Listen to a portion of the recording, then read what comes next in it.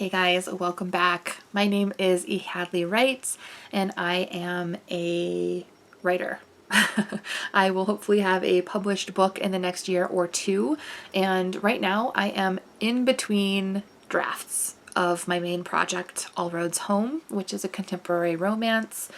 And I am having to contend with the fact that I may be a workaholic. It's very hard for me to be in this space of I don't have something concrete to work on in front of me. I'm a 5 a.m. writer, so I wake up early and I sit down and work. And right now, my work is just brainstorming, which for me is not something that I can force to happen. Like, I like to build my stories in layers. And what I mean by that is basically returning back to these ideas. I have like these clusters of ideas in my head. Certain ones are filed into projects. Like I know what book it's going to be in, and some of them aren't so much, especially like the romance ones where I have like an idea, but I don't know the whole story of it. It's just like, oh, that could fit in a project at some point. But I have these clusters of ideas and I revisit them like now when I have time to do extra daydreaming. And when I'm reading other work that kind of reminds me of the same genre or some element of it reminds me of one of my projects, it'll like bring it to mind and kind of I'll ruminate on it extra. And every time I do that, every time I revisit these ideas, I come at it with a new brain, basically. Time has passed since the last time I've worked on it, and I have maybe different interests. I've done more reading. I'm maybe more concentrated on certain topics right now that apply in different ways to these ideas that I have. So every once in a while, I will like to go back and revisit the ideas of these other stories and kind of do a round of brainstorming, I guess. Kind of sink myself back into those story ideas and see what comes and let things come. And once I like exhaust all of that, all of the things that come easily, then I kind of just leave it and until next time, until, the next time it occurs to me or I read something else that reminds me of it. And then I'll do it again. And that's how I like to develop my stuff. I feel like it just adds a lot of complexity to the thinking and sometimes the characters and the plot. And I love that kind of story where there's just a lot going on, a lot of complexity, and layers and not busyness, but things like you don't realize connect. And then there's like an aha moment. Oh, that's my favorite. That is my favorite thing in a good book, when you can give me a good aha that I could subconsciously see coming but didn't actually see coming. That's the best. And I feel like that's the kind of stuff that I get when I'm revisiting. I'm like, oh wait, that could connect. And you don't have to do it in layers like I do in order to get those moments, obviously, but that's just the process that has seemed to work for me. So that's, yeah, I'm mostly focused on trying to come up with as many ideas as I can for the next book in this series that I'm working on. So All Roads Home is the first book. I'm not like married to the title of my series, so I just won't say anything about what it is. But there's a book 2. I actually have ideas for 6 books, 2 different like mini trilogies or real trilogies, but in a greater 6-book arc for that series. If that works out, if I want to write them, if people want to read them, then there's potential there for 6 books. I want to at least write the first 3, I think, because series are great for indie published books, I hear. And yeah, so that's my plan. That's going to be my focus, is these first 3 books in this series. But I'm also realizing that I have a lot of ideas in the sci-fi fantasy genre as well. And as much as my first video, I talked about writing identity and how when I was writing my medieval fantasy series, that was like the only book idea I had. It's the story of my heart and soul, and it's the story I just can't quit, to be honest with you. But I felt like I'm not a sci-fi fantasy author. Like, I don't read that much sci-fi. I read some, but not a lot. I'm definitely not an expert on either one of those genres. And it just didn't feel like me. But I do have a lot of good, compelling, adventurous, action-packed stories that I feel like are harder to tell in a contemporary setting. I don't know. They just don't. That's not where they fit in my mind. I have like settings for them already imagined. Like the whole idea comes to me at once. Really, like what kind of setting it is, what kind of characters there are, what kind of story it is, and there's some good ones. I have some good ones locked away, and I would love to write them. But also, they're going to take a lot of work. So I'm kind of letting myself into those stories as well, seeing what might be there for them, seeing how much development I can get done with those as well. But yeah, I kind of feel unfocused, but I also feel like that's kind of the point right now. Like I need to have my mind on other things in order to get the most out of this time. So one thing I'm doing is I'm always reading a lot. I usually read audiobooks, a lot of romance on audiobooks. Excuse me. Doing is reading closely, deep reading. And the book I picked for that to start with is The Iliad by Homer. The Iliad, you know, everybody knows the Iliad. But that has been fascinating. I've absolutely loved it. I'm annotating the crap out of it. I'm taking a bunch of notes about it and just like journaling about the topics and things that come up. Sorry, my chair is creaking if you can hear that. But yeah, that's just been fascinating. I'm reading the Robert Fagles translation, which is so beautiful. I'm kind of just blown away by the quality of the like writing, the complexity of it. Like I'm surprised by the way it starts. It feels like it's modern. It feels modern.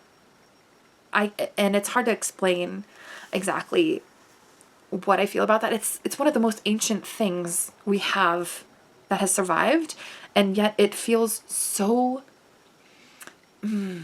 relevant, so universally human, and there are many things in it that feel very, very modern, and it's just very surprising to me. So if you have never read it, if it's intimidated you, perhaps, don't let that stop you. I feel like it's been wonderful, and I can't wait to read more books like this. We're just really just immersing into it. That is what one thing I wanted to do this year was read less, but read more deeply, and I'm absolutely following through with that part, and that feels really good as well. But yeah, I'm finding a lot of inspiration in that deep reading, and especially it is kind of bringing my mind to my medieval fantasy series where I know I need more like political robustness.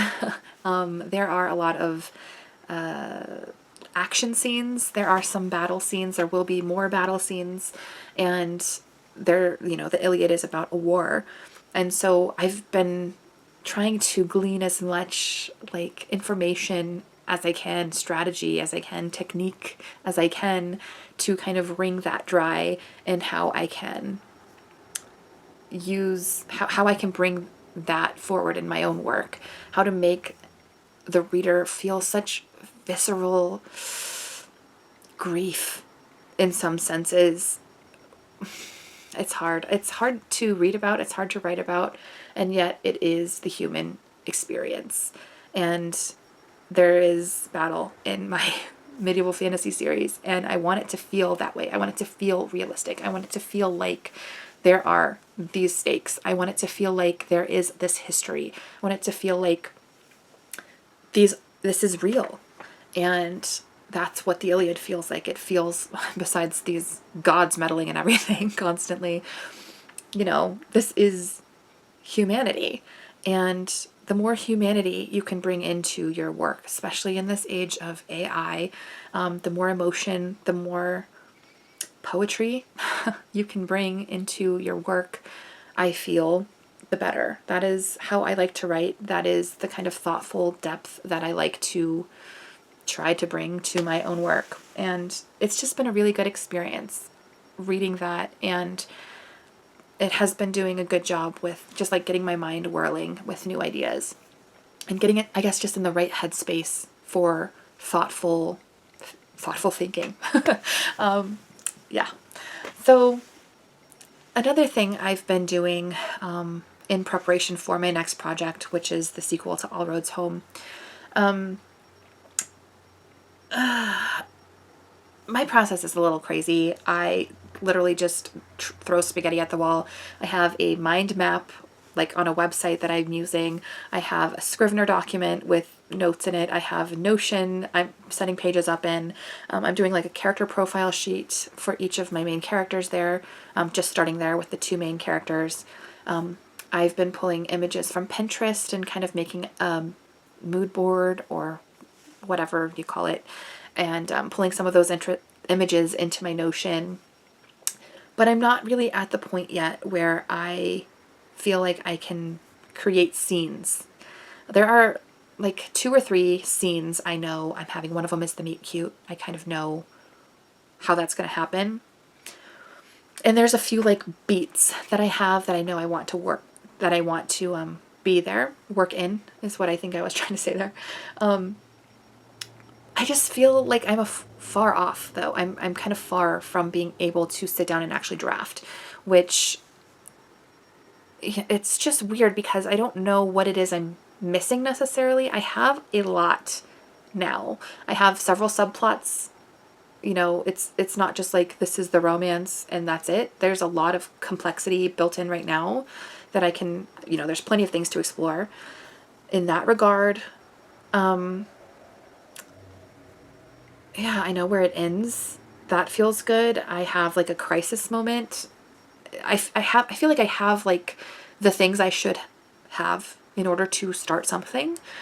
But I still don't really feel, maybe it is that I don't really have the voice of the character yet. Maybe that's kind of what I'm missing. And I don't know. Here I am just thinking on camera. That's going to be my job, I guess, for the next week or two, is trying to figure out what is going to be her voice. I think I'm going to have dual POVs again. In All Roads Home, I have dual POV, but I also have 2 timelines. All of Annie's scenes are in the present. All of Nolan's scenes are flashbacks. And I do not foresee flashbacks playing into this book, this next book, or any of the other books I have up on deck. So that is something. Yeah, it's just a lot of thinking. It's a lot of decisions that need to be made. And yeah, on one hand, it's kind of fun. I mean, there's limitless potential right now. On another hand, you know, I've just been through the hard work of my second draft of All Roads Home. And so, like I said in my last video, I didn't exactly do myself a lot of favors by leaving gaps and not finishing things the first time through. So I don't know. I think maybe what I'll do is just try to make like maybe do some free writing a little bit and see, maybe even try to get into voice a little bit